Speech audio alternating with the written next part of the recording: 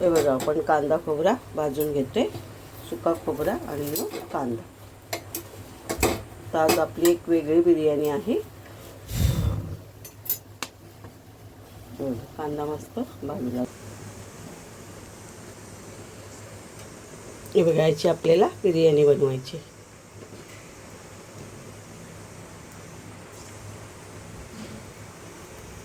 याला आपण ना मसाले लावून घ्या, जसं आपण चिकनला मॅरिनेट करून ठेवतो ना तसंच, फक्त दही नाही वापरायचं.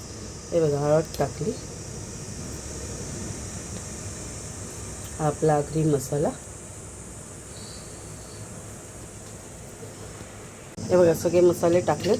आता थोडं आपण तेल टाकूया. तर ही आहे आपली मुशीची बिर्याणी. हे बघा याच्यात आपण तेल टाकूया.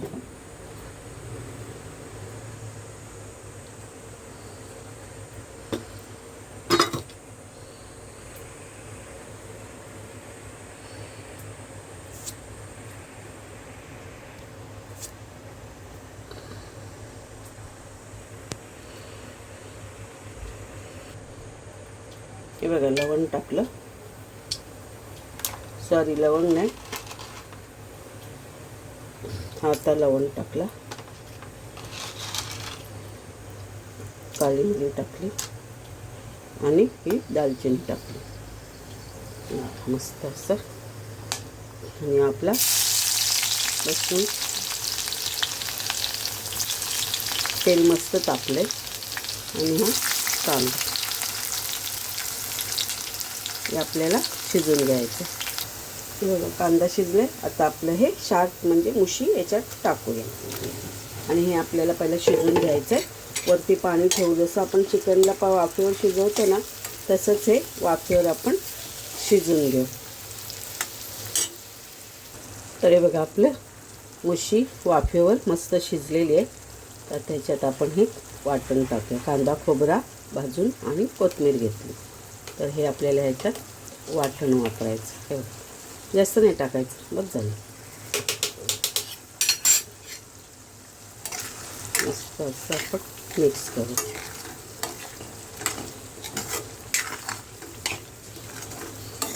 आता मुशी म्हटल्यावर याच्यात आपण कोकम टाकतो ना, तर मी कोकम नाही टाकले, लिंबाचा रस लावलेला आहे. आपल्याला याची बिर्याणी बनवायची ना, तर ते कोकम कसं टाकणार. हे बघा मस्त अशी ती शिजते. याच्यात आता आपण हे मीठ टाकूया.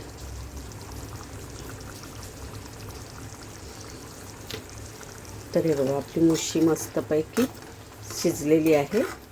मुशी म्हणजे शार्क बेबी. मस्त शिजले. तर आता ह्याची आपल्याला बिर्याणी तयार करायची. तर हे बघा आता आपण हे ह्याला असे लेअर लावूया.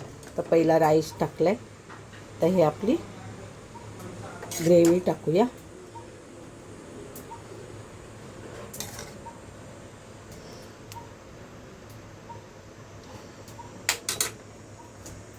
हे बघा आपले असे थर लावून झालेले आहेत. आता राहिलेला थोडा राईस आहे तो परत वरती टाकते आणि मग आपली ही शार्क बिर्याणी रेडी होत आहे. तर ही बघा आपली शार्क बिर्याणी रेडी झालेली आहे. तर याला आता आपण गार्निश करूया. हे बघा कोथिंबीर टाकू वरती. तर नमस्कार मंडळी, तुम्हाला माझ्या रेसिपीज आवडत असतील तर नक्कीच लाईक करा, शेअर करा आणि सबस्क्राईब करायला विसरू नका. तर ही बघा आज नवीन रेसिपी आहे.